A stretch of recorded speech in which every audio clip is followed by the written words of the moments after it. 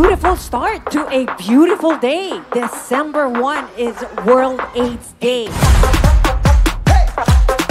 We stop the stigma, we take the rights back dahil sa bagong Pilipinas, bawat buhay mahalaga.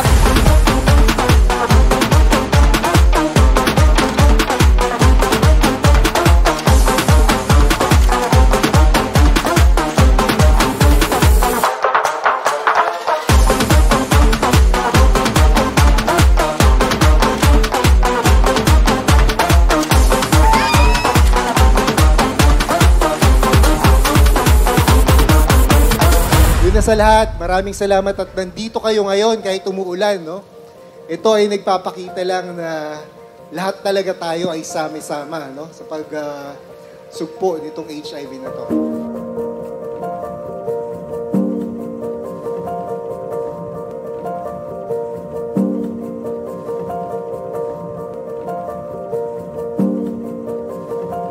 We want the whole of society to help us with this rising tide of HIV cases in our youth.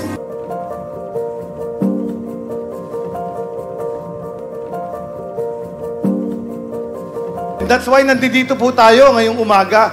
Kailangan ko ang tulong niyong lahat to increase the awareness about AIDS. Today, December 1 is World AIDS Day to increase awareness about AIDS.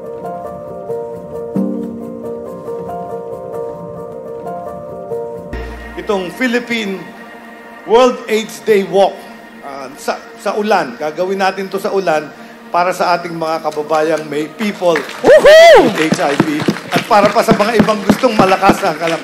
So ang huling mensahe ko sa inyo, yung mensahe natin sa Department of Health, sa bagong Pilipinas,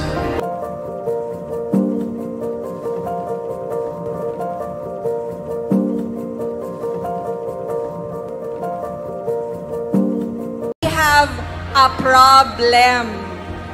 At dahil sa problemang yan, kailangan natin ng makabagong solusyon.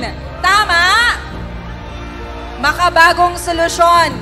Tigilan na natin ang stigma.